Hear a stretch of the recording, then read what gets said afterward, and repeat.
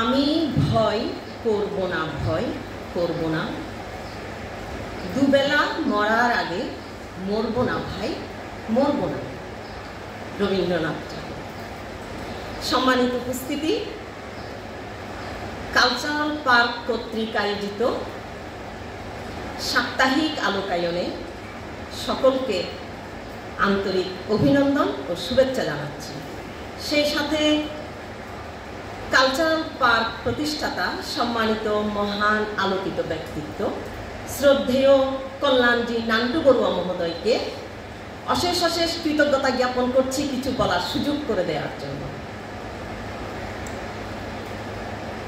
আমরা বেশিরভাগ মানুষ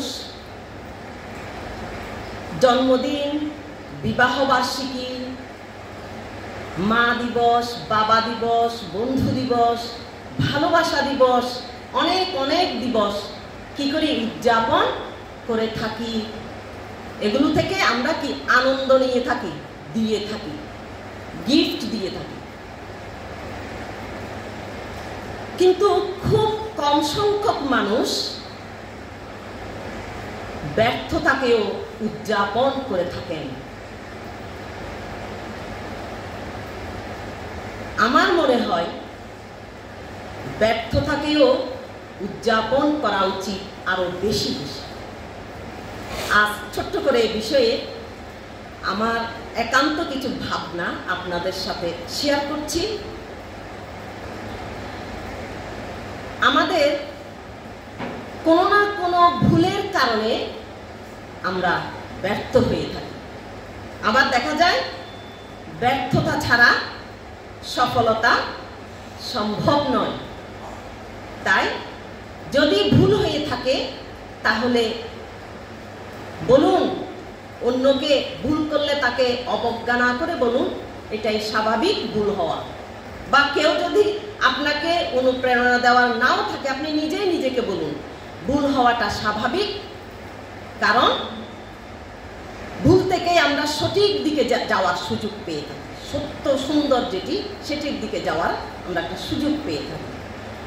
ওই প্রকৃতির একটা নিয়ম বলে কথা আছে, আসলে ভুল থেকেই মানুষ, অর্থাৎ ব্যর্থ হতে হতেই মানুষ কি করে সফল হয়ে থাকে। যেমন আমরা কিন্তু মাটিতে আছাড় না খেয়ে কেউ হাঁটতে শিখিনি। তাই ব্যর্থতায় হতাশা নয়, ভয় নয়, সাহসের সাথে আমাদের এগিয়ে যেতে হবে। ব্যর্থতাকেও উদযাপন করতে হবে। কিভাবে? ব্যর্থতা যেহেতু আসে বলেছিলাম কোনো না কোনো ভুল থেকে, তাহলে ব্যর্থ হলে আমরা কি করব? প্রথমেই আমাদের এই ব্যর্থ হওয়ার পেছনে কি ভুল ছিল সেটাকে আমরা ফাইন্ড আউট করব এবং সেভাবেই আস্তে আস্তে সামনের দিকে সঠিক কাজের দিকে আমরা বারবার যাওয়ার চেষ্টা চালিয়ে যাব। পাশে যদি কাউকে পাওয়া না যায় নিজেই নিজেকে আমরা উৎসাহিত করব। কিভাবে? সকল ব্যর্থতাকে ছাপিয়ে আমরা সফলতার দিকে যেতে পারি, যেতে পারবো, পারতেই হবে। এভাবেই আমাদের নিজেকে নিজে অনুপ্রাণিত করতে হবে এবং অন্যের ব্যর্থতায়ও আমাদের অনুপ্রাণিত করতে হবে। এভাবে ব্যর্থতাকে আমাদের উদযাপন করতে হবে। যদিও আনন্দদায়ক উদযাপনের চেয়ে ব্যর্থতাকে উদযাপন করা অনেক কঠিন, কিন্তু অসম্ভব নয়, সম্ভব। এই বিশ্বে যত সফল ব্যক্তি রয়েছেন তারা তাদের চূড়ান্ত সফলতাকে ছিনিয়ে নিয়েছিলেন তাদের চূড়ান্ত ব্যর্থতার এক ধাপ পরেই। যেমন বিজ্ঞানী এডিসন, তিনি কি করেছিলেন? বৈদ্যুতিক বাল্ব তৈরি করতে গিয়ে 999 বার ব্যর্থ হয়েছিলেন। এরপর তিনি 999 বার ব্যর্থ হওয়ার পরে তিনি বৈদ্যুতিক বাল্ব আবিষ্কার করেছিলেন। আজ যে জগৎ বিখ্যাত ডাক্তার দেবী শেঠি, রোগীদের ভাষ্যমতে তাকে নাকি দেখলেও অনেক রোগ ভালো হয়ে যায়, কিন্তু ডাক্তারিতে ভর্তি পরীক্ষা দিতে গিয়ে আপনারা জানেন তিনি প্রথমবার ব্যর্থ হয়েছিলেন। বিল গেটসের কথা কে না জানে?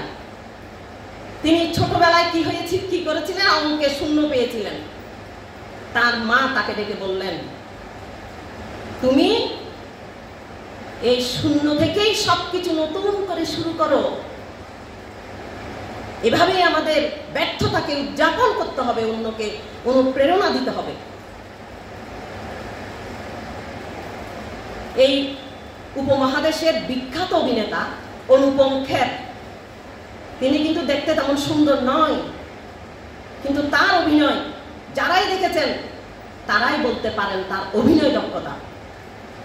ছোটবেলায় তিনি রেজাল্ট খারাপ করেছিলেন, তার পিতা তাকে ডেকে নিয়ে চায়ের দোকানে নিয়ে সিঙ্গারা আর চা খাইয়ে দিয়ে ট্রিট দিয়েছিলেন এবং বলেছিলেন, বাবা, মানুষ কেবল আনন্দ উদযাপন করে, তুমি ব্যর্থতাকে উদযাপন করবে, দেখবে এই পৃথিবীতে অসম্ভব বলে আর কোনো কিছু নেই, কোনো কিছু তোমাকে দমিয়ে রাখতে পারবে না। ব্যর্থতায় আমরা ভেঙে যাব না। আমরা দেখেছি, যদিও একটি সেন্সিটিভ বিষয়, প্রেমে ব্যর্থ হয়, প্রেমে ব্যর্থ হয়ে কি করে? নিজেকে নিজে হত্যা করে। আবার যার থেকে ভালোবাসা পায়নি তাকেও হত্যা করে, এসিড ছুড়ে দিয়ে ঝলসিয়ে দেয় মুখ, হানাহানি বিদ্বেষ সৃষ্টি করে প্রেমে ব্যর্থ হয়ে। কিন্তু আমরা ইতিহাস থেকে দেখি, এই বিশ্বের মহান অর্থাৎ সর্বশক্তিমান হয়েও, ক্ষমতাবান হয়েও নেপোলিয়ান বোনাপার্ট কি হয়েছিলেন? তার তীব্র ভালোবাসার বিনিময়েও তিনি যাকে ভালোবেসেছিলেন তার কাছ থেকে তিনি ভালোবাসা পাননি। তাহলে আমরা কি দেখতে পাচ্ছি? সাধারণ থেকে অসাধারণ সকলেই কিন্তু আমরা কোনো না কোনো ভাবে প্রেমে ব্যর্থ হয়েছি, হতেই থাকবো। কিন্তু এই ব্যর্থতাকেও আমরা উদযাপন করতে পারি কিভাবে? আমাদের জানতে হবে আমি কাকে ভালোবাসবো বা বাসবো না সেটা তো আমার হাতে, কিন্তু ধ্রুব সত্য এটাই, আমাকে কে ভালোবাসবে বা বাসবে না সেটা তো আমার হাতে নেই, সেটা তো আমার হাতে নেই। তাহলে আমি কাউকে ভালোবাসলাম, আমার ভালো লাগে ভালোবাসলাম, সে ভালোবাসবে কি বাসবে না সেটা তার ব্যাপার। তাহলে আমরা ব্যর্থ মনে করি কেন? আমি মনে করি প্রেমে ব্যর্থতা বলতে কোনো কিছুই নেই, প্রেমে ব্যর্থতা বলতে কোনো কিছুই নেই। আমি আমার ভালো লাগার জন্য ভালোবাসবো, অন্য কেউ আমাকে ভালোবাসবে কি বাসবে না আমি সেটা চিন্তা করবো না, সেটা চিন্তা করলেই ব্যর্থতা আসবে। একজন পরীক্ষার্থী বা কোনো একজন মানুষ যখন সফল হয় আমরা তাকে অভিনন্দন জানাই, গিফট দিই, উৎসাহিত করি। ঠিক সেভাবেই ব্যর্থ একজন শিক্ষার্থীকে, ব্যর্থ একজন মানুষকে আমাদের পাশে দাঁড়িয়ে তার কাঁধে হাত রেখে বলতে হবে, কিচ্ছু হয়নি, উঠো, আবার নতুন করে শুরু করো। আমরা যদি এভাবে এই ব্যর্থতাকে উদযাপন না করি, ব্যর্থতার গ্লানি আমাদের কি করবে? ব্যর্থতার গ্লানি আমাদের টুটিটা চেপে ধরবে, সে নিজেও মরবে। ব্যর্থতার গ্লানিতে যদি আমরা অন্যকে সহযোগিতার হাত বাড়িয়ে না দিই, সেই ব্যর্থতার গ্লানি আমাদেরকেও ভুগতে হবে। আমরাও সেই ব্যর্থতার গ্লানি থেকে কেউ আর পাবো না। কাজে এখনো অনেক সময় আছে। আনন্দ উদযাপনের সাথে সাথে আমাদের ব্যর্থতাকেও আরো বেশি বেশি চর্চা করতে হবে, অনুশীলন করতে হবে, নিজেকে নিজে উৎসাহিত করতে হবে, অন্যকে উৎসাহ দিতে হবে। তা না হলে কি হবে? যা হবার তাই হবে। পরিবার, সমাজ, রাষ্ট্র, দেশ কিছু অনাকাঙ্ক্ষিত ঘটনার সাক্ষী হয়ে যাবে। আমরা তো তা চাই না। আমরা যদি ব্যর্থ হতে না চাই, বিজয়ের মুহূর্তেও আমাদের শান্ত থাকতে হবে। কারণ আমরা অনেকেই বিজয়ের মুহূর্তে হয় বেশি আনন্দিত হয়ে যায়, না হয় বেশি উত্তেজিত হয়ে যায়, চরম উত্তেজনায় চলে যায়। তো আমাদের ব্যর্থতাকে যদি ছাপাতে হয়, ব্যর্থতা যদি কমিয়ে আনতে হয়, ব্যর্থ যদি আমি হতে না চাই, বিজয়ের মালা পরার মুহূর্তেও আমি সচেতন থাকবো, স্থির থাকবো, শান্ত থাকবো। আমাদের প্রিন্সিপাল স্যার প্রায় সময় এই বিষয়ে একটি গল্প বলেন, আমি আপনাদের সাথে একটু শেয়ার করি। এক রাজা তার একমাত্র রাজকন্যাকে অনেক আদর করে বড় করেছেন, স্নেহ দিয়ে বড় করেছেন। তো সে যখন বিবাহ উপযুক্ত হলো, রাজা তাকে ডেকে বললেন, মা, তোমাকে তো আমি অনেক আদর যত্নে স্নেহে বড় করেছি, তুমি বিবাহ উপযুক্ত হয়েছ, আমি তোমার বিয়ে দিতে চাই। এখন তোমার যদি কোনো পছন্দ থাকে আমাকে বলো। মেয়ে বলল, না বাবা, আমি তো আসলে এভাবে কখনো ভাবিনি, তো তুমি এক কাজ করো, তোমার যাকে পছন্দ আমি তাকেই বিবাহ করতে রাজি।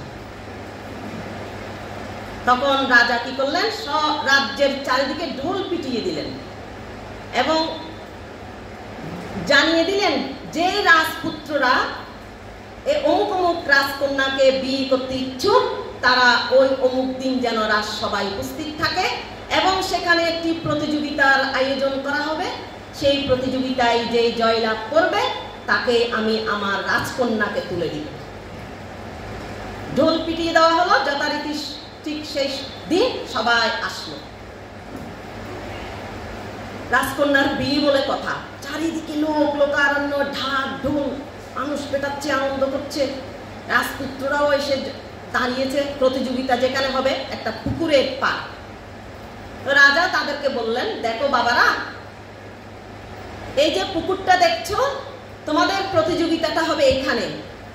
সেখানে অনেক কুমির রাখা আছে, যাদেরকে গত 30 দিন ধরে কোনো খাবার দেয়া হয়নি। বুঝতেই পারছো তারা কিরকম ক্ষুধার্ত। তোমাদের আমার রাজকন্যাকে পেতে হলে ওই পুকুরে ঝাঁপ দিয়ে অক্ষত অবস্থায় এপার থেকে ওপারে যে যেতে পারবে, যে সেই বীরত্বের অধিকারী হবে, তাকে আমি আমার মেয়েকে তোমার হাতে কি করব, তুলে দিব। সবাই দাঁড়িয়ে আছে।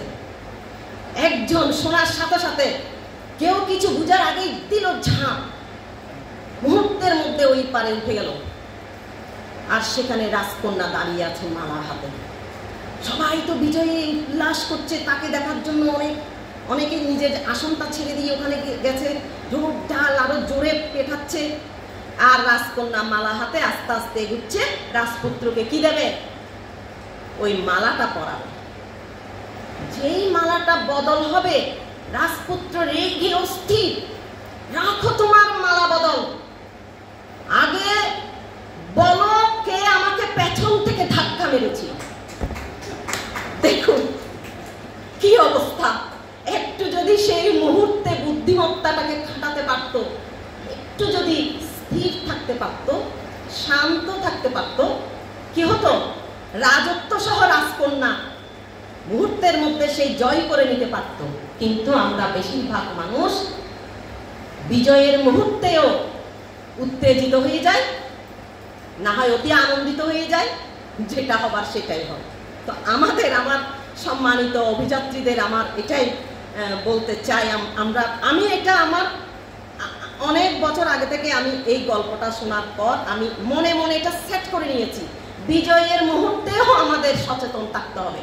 সকল বিজয়ের মুহূর্তে আমি সচেতন ছিলাম বিধায় অনেক অনেক ঘাত প্রতিঘাতকে এড়িয়ে ছাপিয়ে আমি আজ এখানে দাঁড়িয়েছি। তো আমাদের শুধু শুনলে হবে না, আমাদের এগুলো জপতে হবে, জপের মন্ত্রের মতো।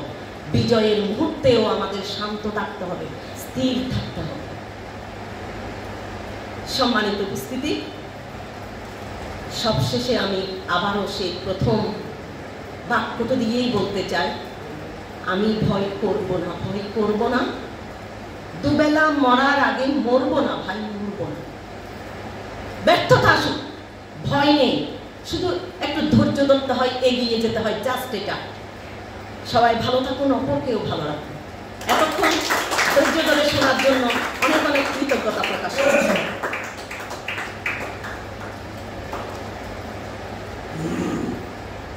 শুভ সকাল। আজকের এই সুন্দর রৌদ্রোজ্জ্ব সকালে আলো ভাঙানে উপস্থিত সবাইকে আমার নমস্কার।